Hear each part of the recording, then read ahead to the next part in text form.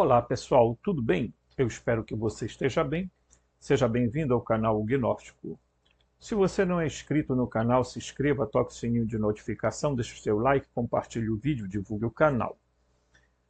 Se você quiser ser um cooperador, alguém que ajuda a gente no nosso trabalho aqui, você pode fazê-lo também pelo Pix robson.rmt@gmail.com, robson.rmt@gmail.com, ok?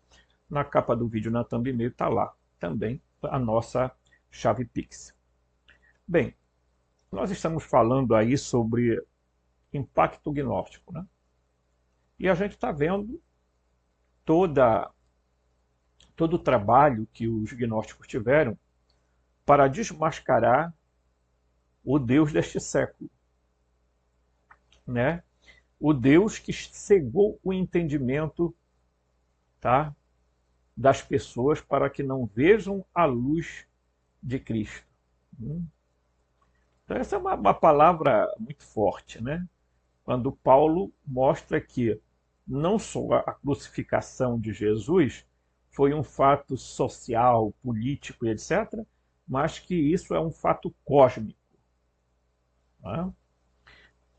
Cosmos entendido como ordem, como equilíbrio, ok?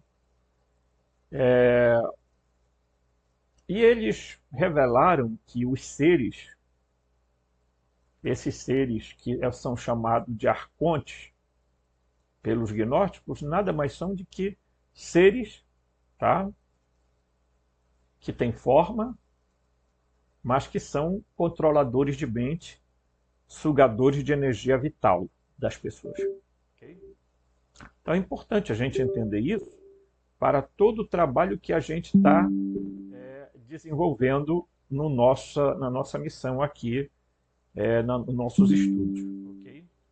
Certo? Então, se você ainda não pegou o fio da meada, você precisa pegar os vídeos anteriores, queridão. Senão, ou querida também, senão você não vai entender nada. E aí, não entendendo nada, você corre o risco de fazer interpretações ou diríamos assim, afirmações de coisas que não são ditas. Eu sempre digo que eu sou responsável pelo que eu falo, mas não pelo que você sente. Tá? Isso aí é uma coisa que sua, ok? Então, muito bem. Nós vamos pegar um texto aqui, vamos fazer o nosso estudo aqui, que o texto diz o seguinte. Se você olhar o último vídeo postado, você vai entender isso aqui, tá? Em seguida, aqui, ó, tá? Em seguida, vemos a reação e o ciúme de Aldabaote após a criação de Adão e Eva, né? E suas criações, enquanto eles planejavam tirar vantagem de Adão. Aqui vemos que Adão existia em uma forma diferente antes de tomar o corpo de carne mortal. Então, mais uma vez, é importante se afirmar de que os humanos não tinham esse corpo denso que nós temos hoje. Os humanos tinham algo bem diferente. Tá? Eles tinham, sim, forma, fisicalidade, corporeidade, mas não nessa densidade que aparentemente nós temos. Algo muito tecnológico foi usado para que os antropos, que é assim que são chamados, pudessem tomar essa forma que nós temos hoje. Tá? Certo? E cairmos para uma densidade, uma frequência, uma vibração como nós temos hoje. Tá? E cada vez mais as pessoas vão ficando mais densas, mais massificadas. Portanto, essas pessoas são chamadas de ílicas. Certo? Porque à medida que as pessoas tomam se massificam, gente, e diríamos assim, elas não se unificam, mas se fragmentam, elas perdem muito o sentido original da sua grande missão, que é reacender a chama divina ou a centelha divina que há dentro de nós, ou como chama o livro de Urântia, o ajustador do pensamento, ou ajudador do pensamento, como alguns chamam. Tá? Então é preciso a gente ter bem noção dessas coisas, porque a gente percebe que as pessoas ao longo do tempo elas vão perdendo o sentido disso. E as religiões existem com uma única tarefa: amansar o gado para o abate. Todas as vezes que alguém vai para uma reunião, para uma suposta reunião espiritual, seja em qualquer igreja ou movimento, ela não está recebendo energia nenhuma, ela está simplesmente sendo alimentando estes seres. Tá? Certo? E isso é importante a gente entender. Então, os humanos, tá, eles não tinham corpos como temos hoje. Isso tem que ficar claro. Os corpos talvez sejam um pouquinho mais sutil, mas é evidente que o Yaldabaoth, quando criou os humanos, criou a imagem de Deus que ele tinha visto lá, o Betos, tá? E a semelhança deles. E nós já explicamos no vídeo anterior o que é imagem e semelhança. Tsilen, tá? A palavra Tsilen para a imagem é algo bem concreto, pessoal. Não tem nada de simbólico. Me perdoem a honestidade, porque quando a gente fala essas coisas, algumas pessoas ficam extremamente aborrecidas, porque elas acham o seguinte: não, porque, sabe, não sei o quê. Olha, aqui o canal, enquanto for responsabilidade minha, eu me sinto no direito de falar o que eu estudo e pesquiso. Tá? Ninguém vai me tolir isso. Tá? Então, esses seres, tá? Essa palavra imagem e semelhança, no último vídeo eu faço uma explanação das diversas línguas. Tá? Diversas línguas. Então é importante que as pessoas entendam o que de fato, né, o sentido dessas palavras querem dizer. Então no último vídeo eu abordei isso, tá? Você dê uma corridinha lá, assista ele lá para depois assistir esse aqui, senão você não vai entender, né? Então o que mostra o texto deste artigo é exatamente isso. E ele vai citar aqui, inclusive, textos do Evangelho Gnóstico de João, ou Gnoses de João, que é esse aqui, ó. Tá? Certo? Então, quando você lê o material de Nag Hammadi, aí você começa a dizer assim: eu estou entendendo, tio Robson, agora e tal, tá? Porque tem muita gente que nunca leu o material de Nag Hammadi e ficam dizendo assim: ah, não, mas não é isso, não é aquilo, a gnose é isso, a gnose é aquilo. Mas quem que te ensinou assim? Quem foi teu mestre? Tá? Certo? Se pergunte esse aspecto, né? Porque, veja bem, aqui ele vai dizer assim, ó,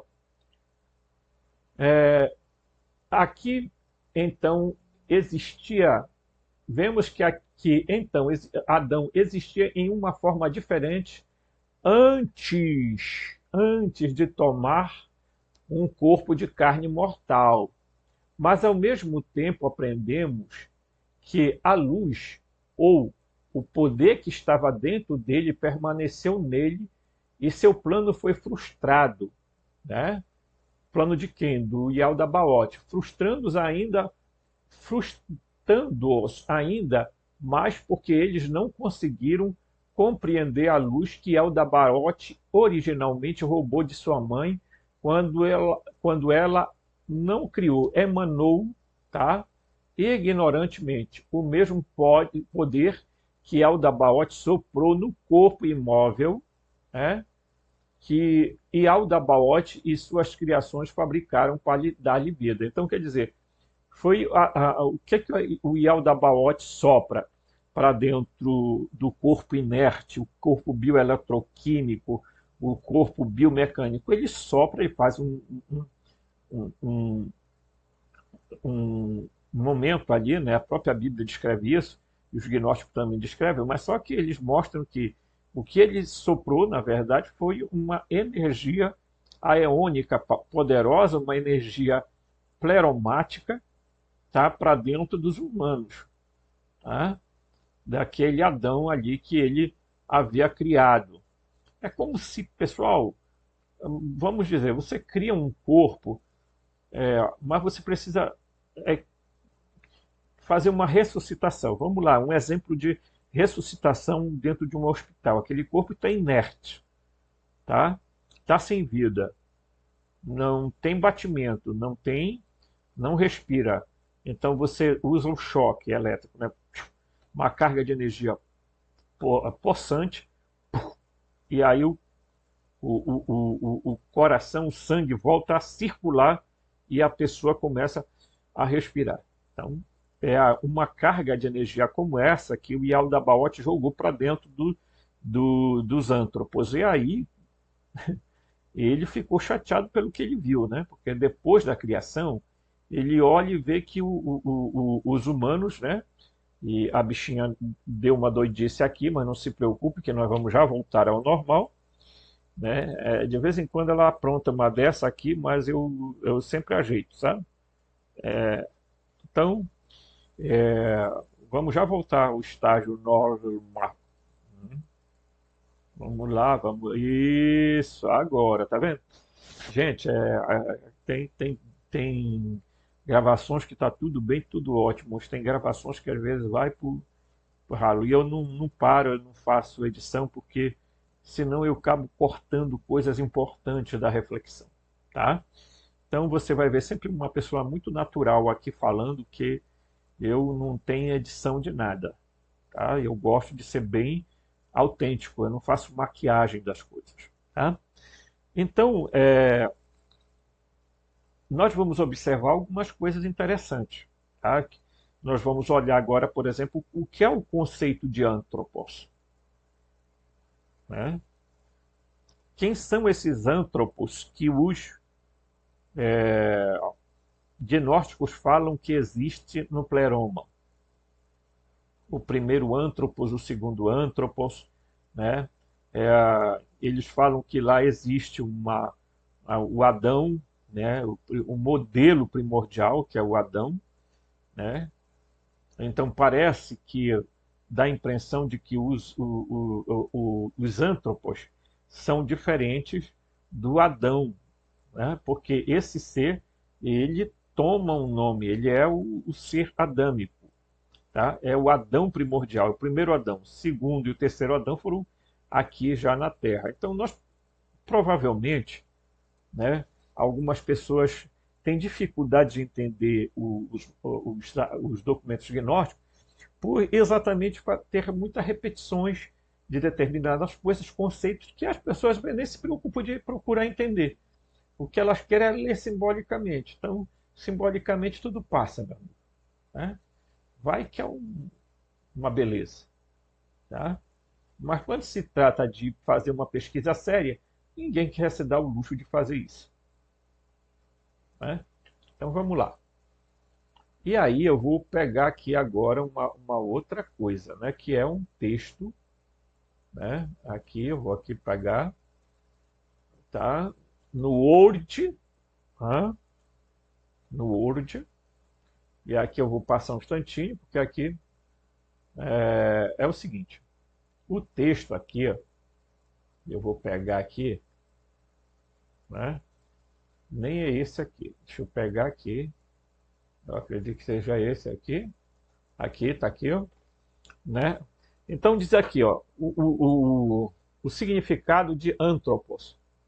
O termo grego antropos deriva de raízes que indicam o ser humano de maneira ampla, com uma conotação tanto física quanto espiritual.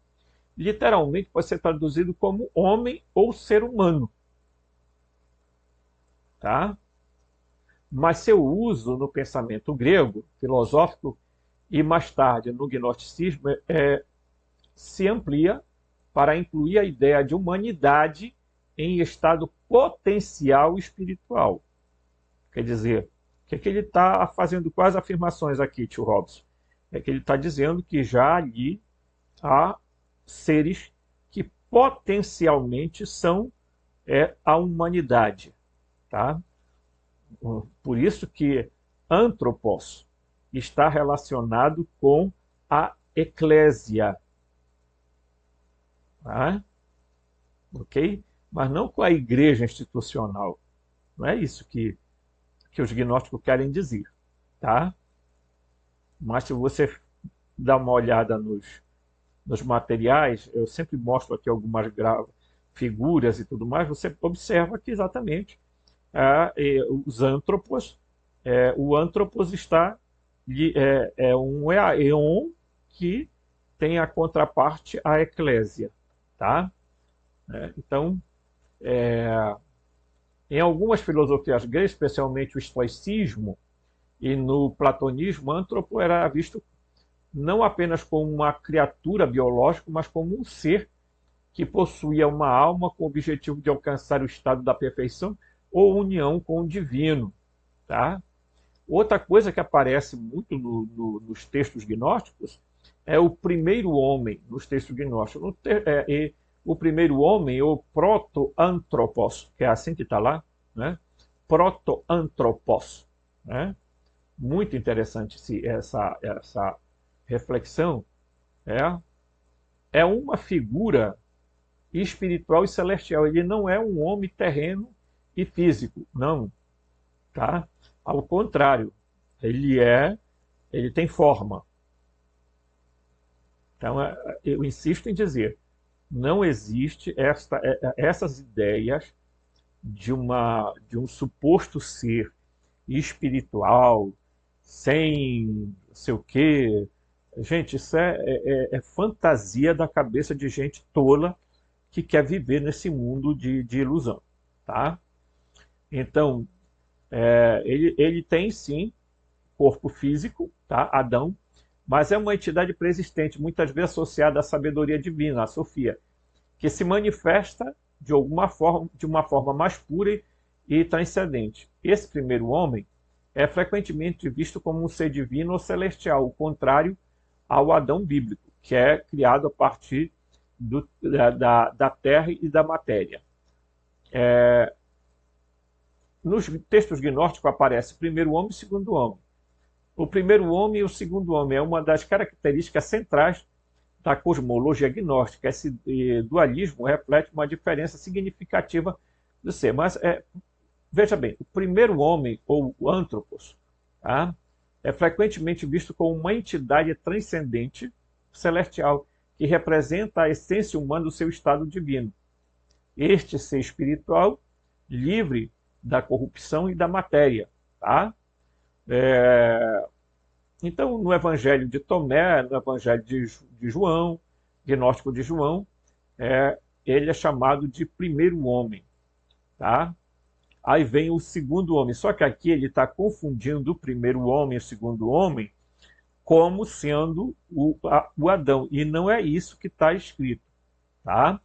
Não é isso, né? Se a gente for fazer uma breve exegese, uma hermenêutica dos textos, sumero já os gnósticos, você verá que o primeiro homem e o segundo homem, ou o primeiro antropos e o segundo antropos, é atribuído ao Bitos, que é o pai. Então, o pai é o primeiro antropos e o filho é o segundo antropos. Não tem nenhuma relação com o Adão Cadmo, ou o primeiro Adão. Nada tem a ver com isso. Certo? Então, a humanidade que existe, tá, no pleroma é a humanidade original. Provavelmente foi trazida para a Terra ou veio de alguma forma, gente. Porque os humanos definitivamente não são terráqueos. Ok? Podem ter se materializado aqui no sentido de ficar com uma densidade, uma frequência, uma vibração mais densa, e isso deve ter acontecido.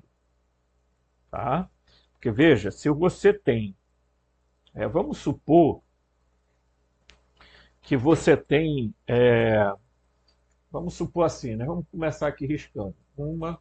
Passar aqui uma linha, aqui, tá? Só para a gente compreender. Certo? 1, 2, 3, 4, 5, 6, 7. Então vamos supor que nós temos aqui 10 densidades. Tá? Nós temos 10 densidades. E cada uma delas tem uma frequência e uma vibração diferente, ok? Então, se você está aqui numa densidade mais sutil, tá? Sutil, e você vem caindo, tá? Até essa frequência aqui, ok? E vibração, tá? Que diríamos assim, a primeira, né? Densidade. Aqui, né? Tá aqui a energia mais densa. Então, quando você chegar a esse nível aqui, o seu corpo sutil vai ter que se adaptar a essa realidade aqui. E provavelmente tenha acontecido exatamente isso. Os antropos foram trazidos para cá, ou vieram para cá, ou algo aconteceu para que isso se desse. Então, há uma máxima na filosofia cósmica que é o seguinte: nada precede a matéria. Ok?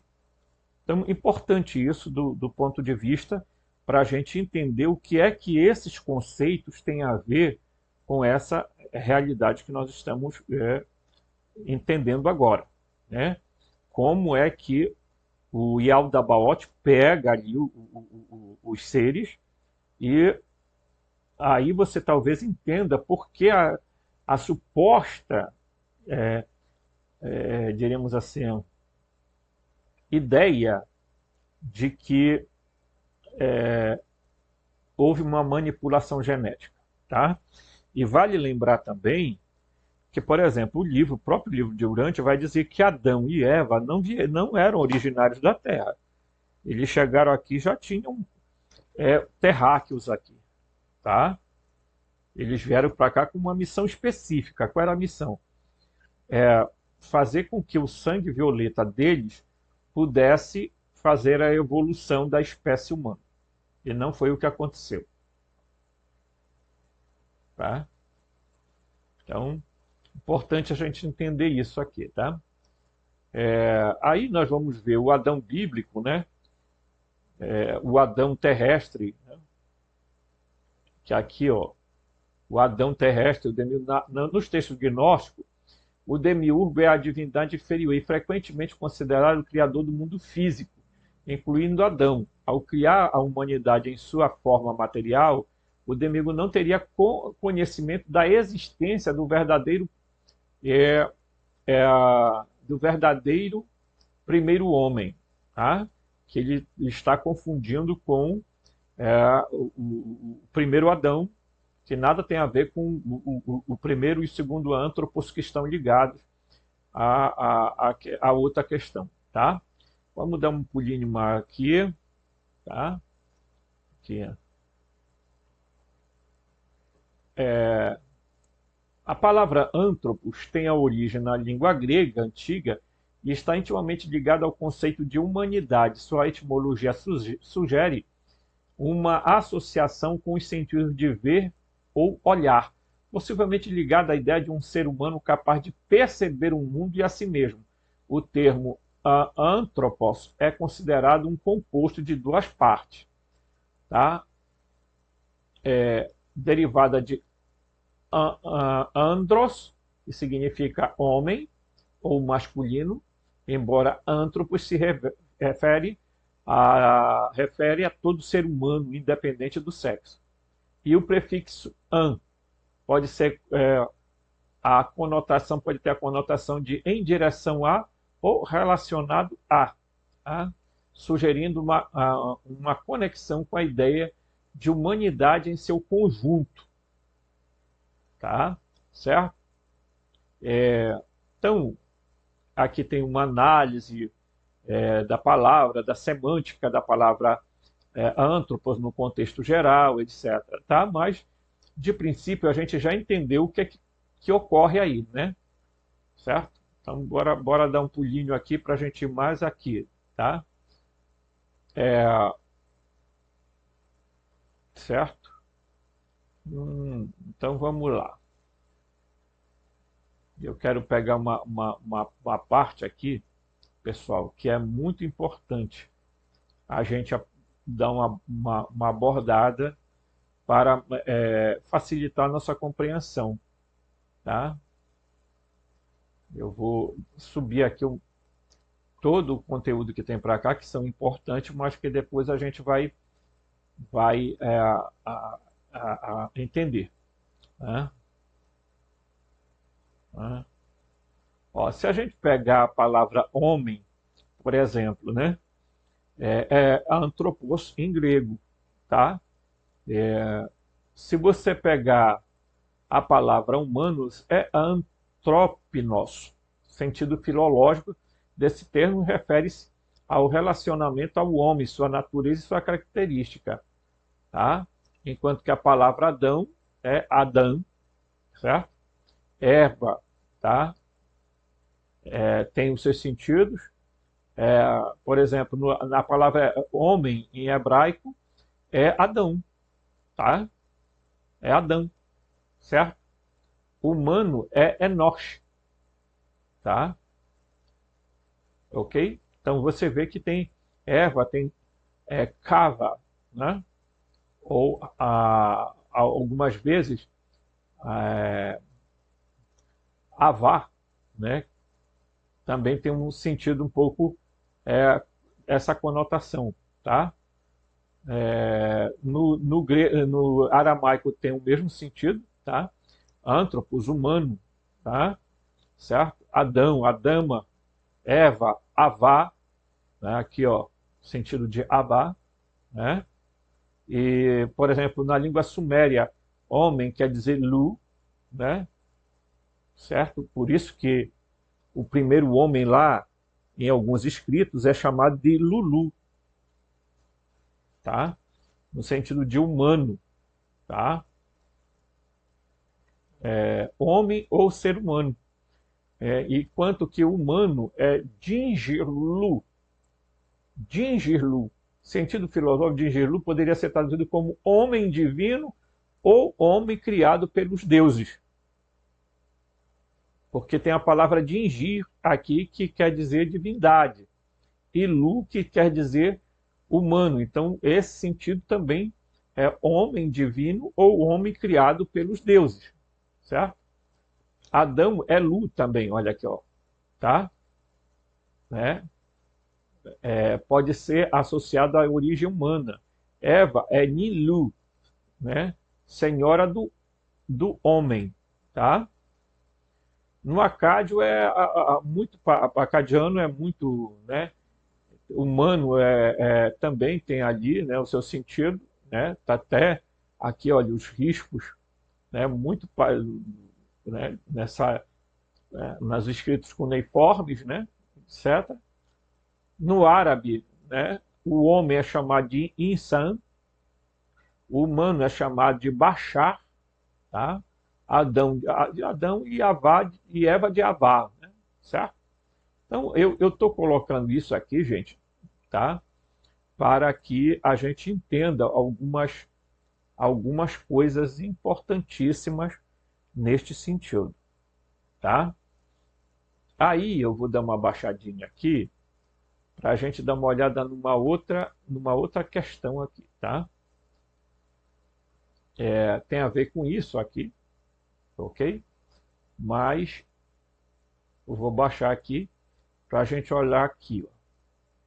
Porque ele vai, esse texto aqui, gente, olha o que vai ser dito nesse texto aqui, certo? Né? Olha aqui. Então, vamos lá. Kenap é uma pessoa, né? Queria respostas e as queria rapidamente. Lazar, depois de um bom tempo notável, vai e vem, concordou em responder sua própria pergunta. Então ele disse: somos containers, tá? Assim que os alienígenas supostamente nos olham, que não somos nada além de containers, talvez containers de almas, tá? O itálico é do texto do artigo. Você pode inventar qualquer técnica que quiser, mas nós somos containers, e é assim que somos mencionados nos documentos, tá? Que a religião foi criada especificamente para que tenhamos algumas regras e regulamentos com o único propósito de não danificar os containers, tá? Então, tio Robson, os humanos são containers, quer dizer, nosso corpo guarda uma energia chamada centelha divina. E o que eles estão procurando é exatamente isso. Nesse artigo, eu só peguei essa parte, mas nesse artigo ele é perguntado, porque ele leu documentos sigilosos, e documentos sigilosos diziam exatamente que os alienígenas, tá? Esses seres, estavam preocupados porque os humanos estavam querendo danificar os containers. E o que é que um container guarda? Algo, não é verdade? Tá? O container pode ser um objeto que guarda uma lata que está guardando óleo, um combustível, né? Ou então tem guardado vários objetos lá dentro. Então, neste sentido, ele está dizendo que a religião surgiu para colocar regras e colocar limites para que as pessoas não estraguem os containers. Quer dizer, para que não se perca não o container em si, mas aquilo que está, o conteúdo que tem dentro. Porque o container, quer dizer, é aquilo que contém algo, um conteúdo dentro. E é isso que eles ficam procurando. É importante vocês perceberem que isso é esfregado na cara de todo mundo, mas nem todo mundo consegue enxergar. Se você vê o filme A Aproximação, né, em que o rapaz filma um disco voador, depois ele simplesmente é abduzido e tal, aquela coisa. No final do filme em que os seres aparecem, eles chegam procurando por Jesus. E o interessante é que eles dizem o quê para o rapaz? Vocês humanos têm o quê? Vocês têm uma aura que está ligada a essa figura de Jesus. Né? E aí ele faz uma afirmação. Ele é o elo de todas as coisas, se referindo a Jesus. Agora vamos lá. Por que ele estava preocupado em ver o que continha dentro deles? O que continha dentro deles era uma aura que ele chama, uma energia que estava ligada especificamente à questão de Jesus. Então, gente, esses seres, não estão atrás de qualquer coisa. Eles estão atrás de encontrar uma forma de obter o conteúdo do container. Tá? Os containers são aquilo que está guardando o conteúdo. Então, nós temos uma energia vital que o demiurgo soprou, ok? Aí lá foi para dentro do ser humano, ok? Então, os humanos começaram a ter a centelha divina, começaram a ter espírito, porque alma eles já tinham. Porque no momento que se cria o corpo bioeletroquímico, biomecânico, a alma já está associada àquilo. Agora, o espírito só é criado quando a centelha divina chega. Por quê? Porque o espírito é aquele exatamente aonde está contido a centelha divina. Então é importante a gente entender isso, né? Porque isso está ligado a toda a questão do Yaldabaoth, né? Então olha só. Então ele diz, Josie Knapp não foi a única pessoa a quem Bob Lazar, vocês já devem ter ouvido falar desse camarada aqui, né? O Bob Lazar, ok? Contou tal história entre um homem chamado Michael, ou Michel, né, Linderman, um pesquisador de OVNIs, o autor futurista que obteve um BA em psicologia na Antioch University, University, eu acho que é isso, gente, tá? Se eu pronunciei errado, me perdoe. Tá bem aqui, tá, gente? Quem fala inglês aí pode mandar dizer para o tio Robson como é que pronuncia o inglês, tio Robson. Tio Robson, o senhor vai estudar inglês que nós vamos dar um jeito para o senhor. O autor futurista que disse, né? Então ele diz aqui, em uma entrevista gravada, Lazar fez um breve comentário sobre a mesma questão controversa que ele discutiu tanto, tá? Relutadamente com Knapp. O que eles estavam falando sobre a conveniência dos containers e o que eles estavam falando sobre a desejabilidade dos recipientes e que os recipientes não estavam danificados. Tá? Essa é a preocupação aqui dos arcontes, dos não-humanos. Agora as pessoas especulam sobre recipientes. Eles estão falando sobre recipientes de almas. Algo bizarro assim. O que é o oposto? O que é o oposto? O recipiente é a alma. E ele contém o corpo. E ele contém o corpo. Isto é muito distante para eu entender. Mas eles estavam falando sobre a preservação dos recipientes e quão únicos eles são. Extremamente únicos, muito difícil de encontrar. Então, ele está citando um texto. Quando questionado pelo pesquisador Ralph Steiner, Lazar ofereceu uma resposta semelhante. Eu odeio repetir essas coisas. Eu digo isso toda vez que menciono, porque não tenho outra prova de que é verdade, além do fato de que eu li e sempre sigo isso, dizendo, sim, tudo que eu li sobre o sistema de propulsão acabou sendo fato. Tá? Então ele diz o seguinte, os visitantes são, em essência, agentes de mudança, catalisadores da evolução pessoal. Tá? Em outra palavra, eles são transformadores.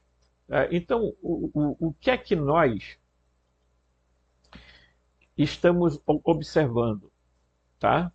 Que esses seres, eles não estão atrás dos nossos corpos físicos, eles estão atrás de almas. Mas a alma é o container. Por quê? Veja, talvez o principal erro é confundir a alma com o espírito. Ela não tem nada a ver com o espírito. O espírito é outro princípio, tá? No entanto, o que eles estão atrás, de verdade, é da centelha divina. Então, quando alguém, gente, morre, esses seres eles lutam com todas as forças para manter as pessoas na ilusão, presas dentro do sistema. E como é que elas prendem as pessoas dentro do sistema? Tá? É através da reencarnação. Porque elas não querem que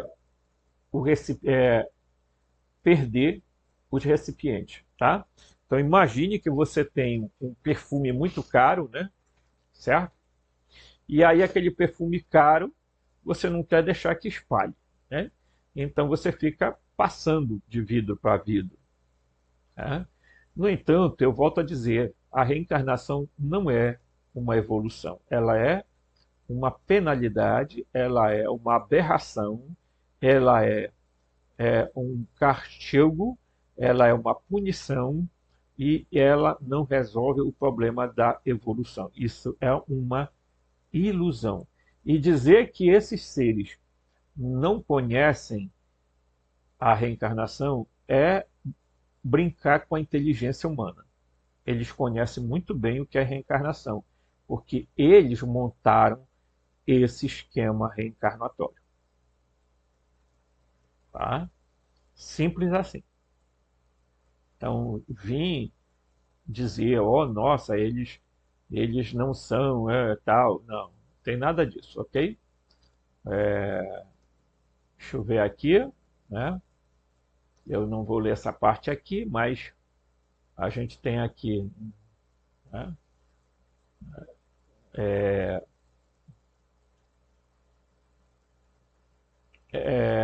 Então ele diz assim, aqui, ó, vamos pegar essa parte aqui, tá? Aqui, ó, aqui. Finalmente chegamos perto da linha do tempo com o qual estamos mais familiarizados na Bíblia, com a Bíblia, né? Então as pessoas entendem muito um pouco assim a Bíblia, que foram o livro que mais as pessoas lidaram. As pessoas não conhecem propriamente os livros da biblioteca de Nag Hammadi. É muito difícil, né? E diz o seguinte: e os arcontes o levaram e o colocaram no paraíso, e eles disseram a ele: coma isso e com lazer, pois seu luxo é amargo, tá? Sua beleza é depravada, e seu luxo é enganoso, e suas árvores são impiedade, e seu fruto é o veneno mortal, e sua promessa é a morte. A árvore da vida eles colocaram no meio do paraíso. É interessante notar que a palavra paraíso se traduz literalmente como um recinto murado, tá? Ou isso significa uma fazenda, uma prisão, tá? Olha só, preste atenção, tá? Paraíso é um recinto murado.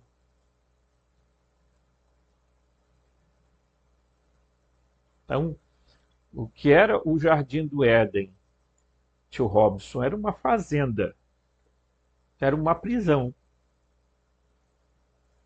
tá? O Jardim do Éden, tá? Porque o Éden é uma coisa e o jardim é outra. O jardim estava no Éden. Não confundam o jardim com o Éden, tá? Então, o jardim estava lá, mas ele era cercado, porque a palavra, exatamente que as pessoas colocam como paraíso, que na verdade é até um certo equívoco, mas a palavra paraíso quer dizer lugar fechado, murado. Então aquelas criaturas foram colocadas ali como experimentos, tá? Aprisionadas. E a gente vem falando isso há tempo. Esse pessoal da Terra plana ficam falando um monte de asneira, um monte de bobagem, achando que a Bíblia é o livro, sabe, sagrado, achando que a Bíblia fala de um Deus, não, fala de um demiurgo, fala de um ser extremamente maldoso, ok? E isso nós devemos deixar claro. O ambiente criado não tem nada de ali de graciosidade, de beleza, ó. O homem pecou, por isso que ele foi expulso do paraíso, tio Robson. Oh, nossa, é mesmo, é? Não é? Então, nossa, tá tão claro, às vezes eu fico achando que realmente, Robson, tu talvez seja o único que esteja falando desse troço aí, porque o pessoal por aí está falando de outra coisa, né? Então, é só ver os filmes que tem conotação espírita e vão ver se você. Ah, Nosso Lar é um exemplo. Primeiro filme. Observem como era o Nosso Lar. Um ambiente murado. Porque quem está lá está aprisionado, achando que está num lugar extremamente, eles estão em recuperação, cuidados espirituais, não sei o quê, sabe? É uma fantasia que só serve ao propósito dos arcontes, tá? Então fico criando essa ilusão na cabeça de um monte de pobre coitado, tá? E aí, meu irmão, não estão nem aí com o resto, tá? Então eles estão dizendo aqui o seguinte, ó, é uma fazenda, tá? Ou uma prisão, talvez até mesmo um campo de concentração, tá? Olha só o grau aonde nós chegamos, olha aqui. Então, o paraíso, o Éden, o jardim do Éden era um campo de concentração, ou um campo de trabalho, tá? Ou, certo? Um laboratório genético, tá? Ou um plano de terra plana que nos fazem ser um planeta globo, tá? Pensar mais sobre este assunto me leva a pensar sobre o dilúvio global. E para onde foi toda essa água? Ela foi usada para criar uma barreira antes de algum tipo de expansão para separar dos deuses que costumam se misturar conosco? De qualquer forma, estou divagando, diz o escritor, ele está apenas divagando aqui a ideia, né? Neste ponto, Adão está em um estado de esquecimento muito parecido com o que estamos hoje. E Cristo explica a João alguns equívocos e esclarece o que aconteceu no Jardim do Éden, explicando que o esquecimento não é literalmente esquecer algo ou estar dormindo, mas ter a percepção errada. Então aqui está o texto desse livro aqui, tá? Ele está citando textos desse livro aqui, ok? Então ele diz assim: Eu disse ao Salvador, o que é o esquecimento?